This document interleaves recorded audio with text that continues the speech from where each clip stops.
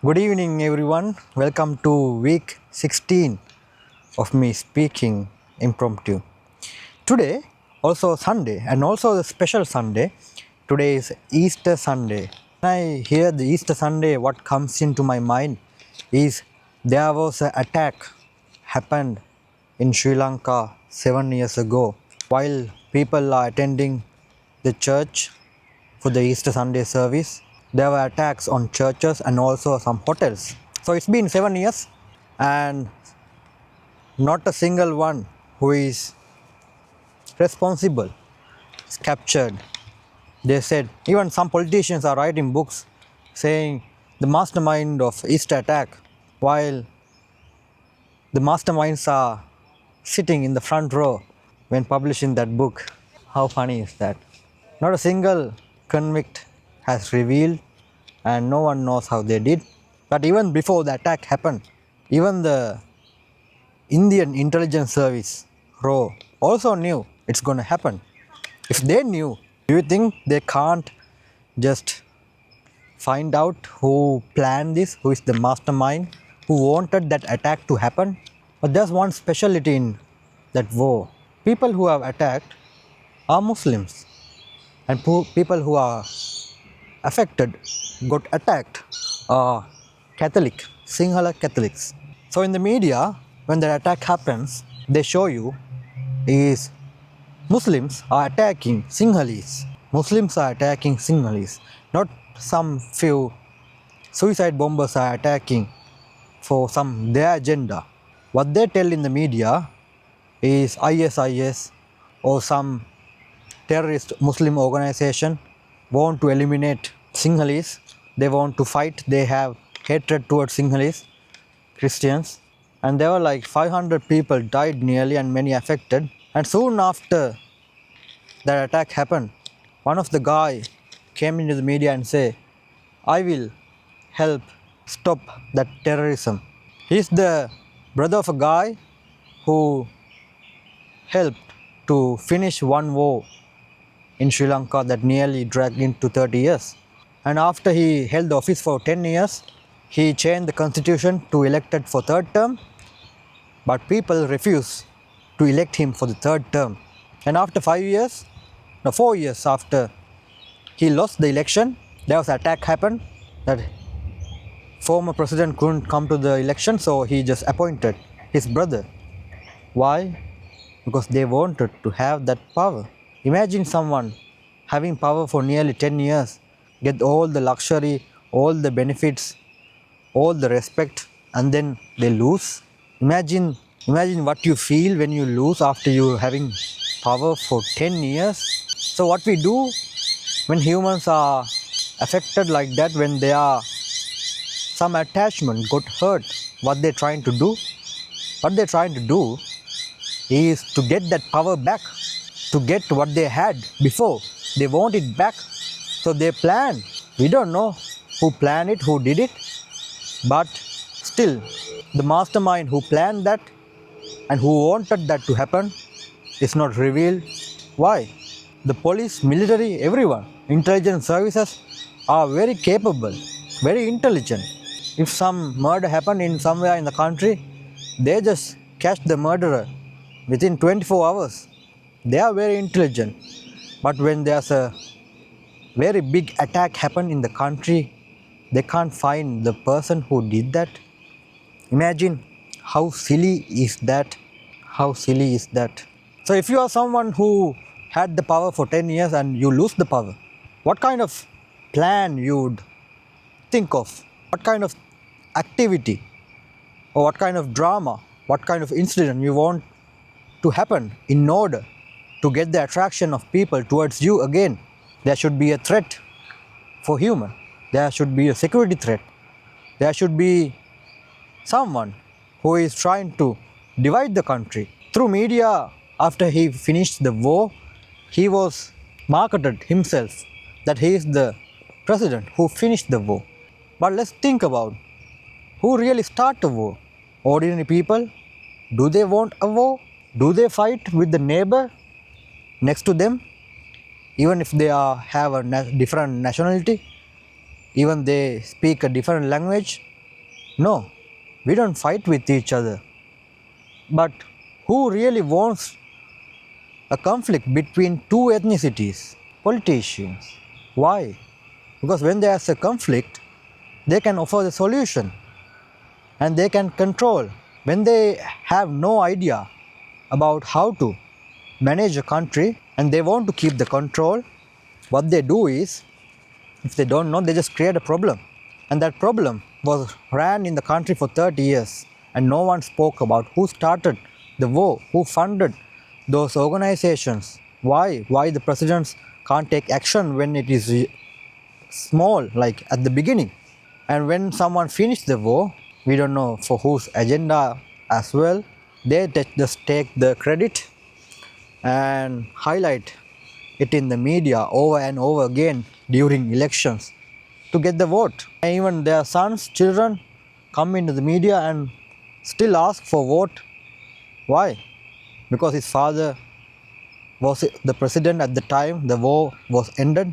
It's easy to fight a war with majority of one ethnicity and small number of people in another group. If they were given the necessary resources and the facilities, proper system for them to survive, do you think those people in the country need to fight the majority ethnicity in the country?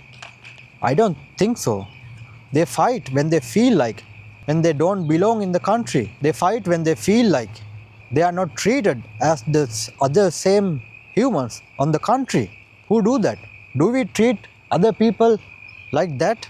When you have a Tamil friend, when you have a Muslim friend, do we treat them like that? I don't think so. But media continuously highlighting and create a division between two ethnicities. Think about who benefits. Imagine two people fighting.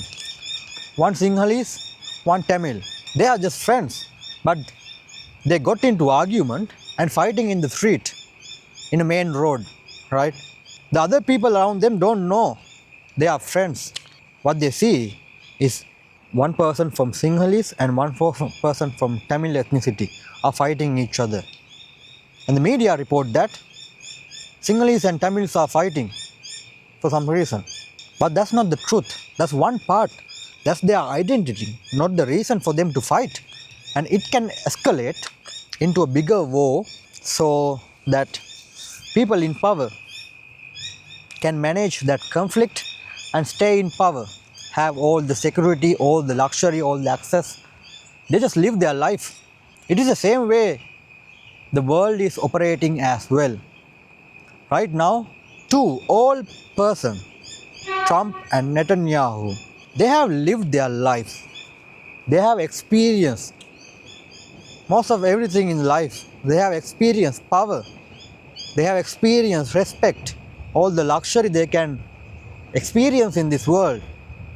And in their end time, at the end of their life, they just want to go down with destroying everything. They don't have more than 20 years to live on this earth, right? But yet, their beliefs are so much rooted in their blood, they can't observe that, they can't identify that.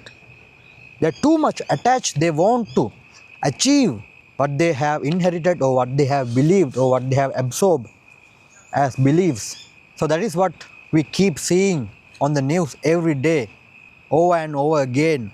Netanyahu recently said that the war will not end on the terms of Iran or USA. He said clearly, the war will end on the terms of IDF soldiers, Israel soldiers. Do you know what kind of agenda they have? I don't know, but they show it in their hand, in the uniform. They have a big emblem like a map carved in their uniform. They don't come into the media and tell their agenda, but sometimes Netanyahu come to the media and say this war will end after there will be pipelines that go through their country so they can make money. But they start a war saying Iran have nuclear capability. That's what he was repeating from 1997 or something. He was keep repeating that same thing for so many years. When it's come to his final time in his life, somehow he want to fast track his goals and he want to achieve very quickly before he pass away. Imagine the mindset of that kind of a leader. And also they are just using white phosphorus or some chemical in order to kill people in Lebanon. That white phosphorus is banned by the International Committee of War or something. It is against human rights. So how can Israel use that against humans living in Lebanon just to kill them and displace them and make them go from their houses, shelter, so they can occupy their land? At the same time, there are Israel, Jewish are protesting in Israel, in their own country, and we see IDF soldiers and Israel police still beating them. So when the Jewish are protesting against the actions of Israel government, does it come under the category of anti-Semitism? I'm not sure about that. By covering for the word anti-Semitism, they just pass their laws. They just pass their laws and control whoever speak against it. In the last week, they have passed a law to hang Palestinians. And I saw the video of some ministers are dancing in so much joy by passing the law to hang Palestinians. If you see that video, I don't know what to feel actually. Those ministers are dancing in joy because they have passed a law to just hang only Palestinian people. But when Palestinians came to Israel long time ago, you might have seen that video in a ship. They say, please don't throw us away, please accept us. When they come in the ship, and Palestinian people have accepted them with both the hands. And after 70 years, 80 years, that is how the Israel Zionists, not Jewish, Israel Zionists are behaving. Even when there are so many young Israel people that want Palestinian dead, how they got that belief? Do you think they are born with that belief? I don't think so. They are not born with that belief. They have absorbed that belief from their surrounding, from the media they have surrounded by, from their schools, by taking their leadership as an example. Now see the leadership of Israel saying that Genghis Khan is more powerful than Jesus Christ. If you are ruthless, if you are violent enough, you can control anything. That's what he said. Imagine the education of that people. If they believe violence, hatred, division, ruthlessness can dominate people, Jesus Christ are not here today. Alexander the Great, all the emperors who wanted dominance, they are not here today. But Jesus, kindness, his values are still present here on this earth. Why a leader in a country, a person who make big decision on behalf of humanity, saying through violence and dominance you can have power, is simply someone who never understood the real power within themselves, like Jesus. Jesus have understood the power within himself, and he showed that power through love, act of kindness to the humanity. And we can clearly see the global world leaders are taking the example of ruthless emperors in the world. At the same time, when the war is happening, who benefit the most? Which country benefit the most? USA already in a big debt. When they use more and more resources, their debt grows. So the country get weakened. Iran, Middle East, Iran get weakened. When Iran attack Middle East countries, those other Middle East countries get weakened. So who can emerge as a superpower? Who can emerge as a world power? Who control most of the currency in the world? Jewish people, right? They were smart, they were good with maths, finance. Those corporations in US alone are controlled by mostly Jewish people. So do you think they don't have influence from Israel, their beliefs? Even the most of the Senate is work for Israel. They are get paid by APAC, their organizations. So who benefit the most? Most of the people say different things. We can talk about so much facts, their history, but nothing gonna change if we only talk about that. We have to find solution as well. Recently Trump saying that they will take Iran back to Stone Age, and Iran have responded, when you are in Stone Age we were having cylinders or Cyrus calendars, something like that. Why a world leader want a country go into Stone Age? Imagine mindset of that leader. And recently I have saw how Hawaii is captured by US. If you don't know about that, you can search up the history how US got the control over Hawaii.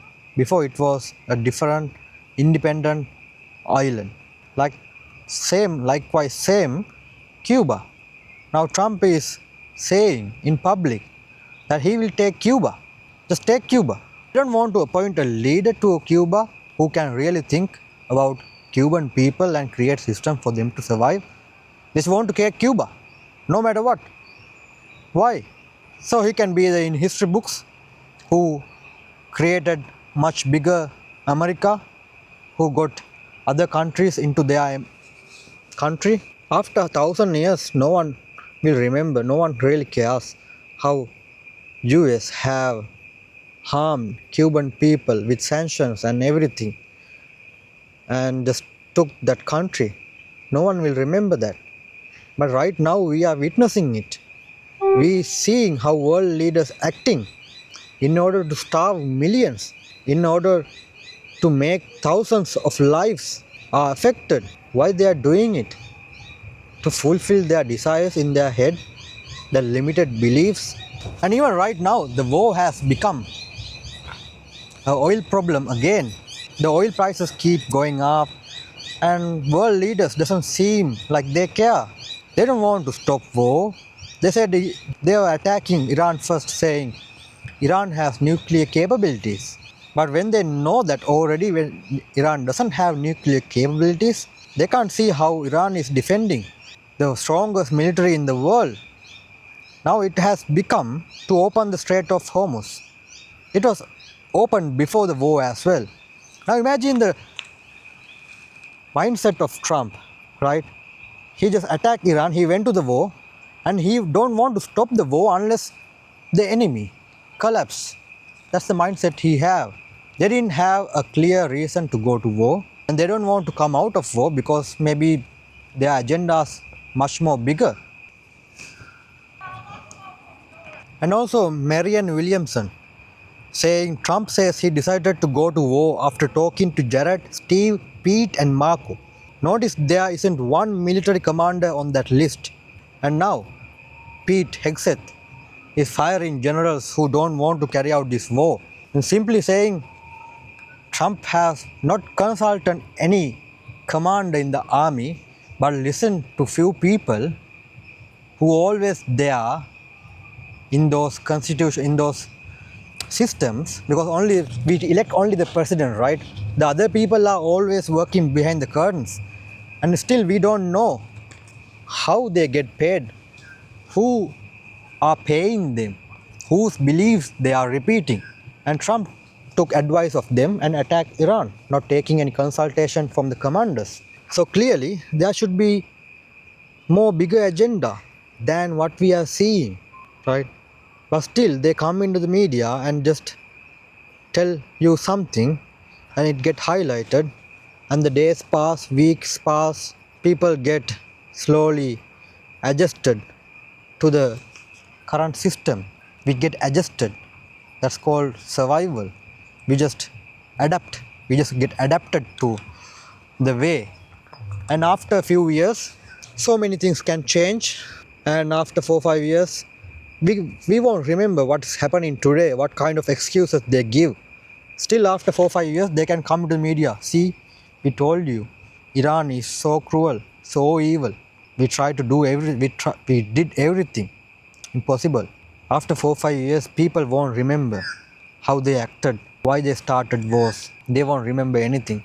Right now, what I see is violence everywhere, everywhere, and we get to believe that there is no solution, but there is solutions. We are the solutions. We are the ones who need to find solutions. If humans can think and focus and create different technologies out of nowhere that created in their imagination first, why humans can't think and focus and create better systems, better leaderships, better agreements, better relationships? We can. Don't believe what media says that we can't. It's their agenda, it's their narration. They are showing only what we need to see to carry out their agenda, to keep us in fear so they can control easily. We don't know where the money flowing behind, right? Money talks. When, let's say, Les Marco or Pete get millions by some rich, powerful people, some organization that have bigger agendas, and when they have dinner with them, don't you think their beliefs gonna absorb by these people, and from these people it's gonna go towards Trump, and that will pass on for all the destruction happening in the world? Right now it doesn't seem like no one has solutions, but we humans need to understand what is happening first. When we understand, we can ask the right question from leaders. We can demand the right thing from leaders in order to stop the war. When millions of people do that, they must listen to the demand of people. Then there will be no option for them. We need to take control of the systems that help us survive. They control all the systems, all the ways, and they tell us to survive the way they show us. But humanity, we can be united and create system for all of us. We are connected now. Something happening in Australia, within few minutes we get to know in USA. But media is the one who decide which news go in the media. We see all the fightings, bad things happening. We don't get to see good things happening in the world. And if you are a child, 5 years old, you continuously watching violence, people fighting, they are fighting, they are corrupted, they are giving excuses. When they grow up with those patterns for 15, 20 years, imagine what kind of a children, human, adult come into the society. Is that what we want to happen? No, right?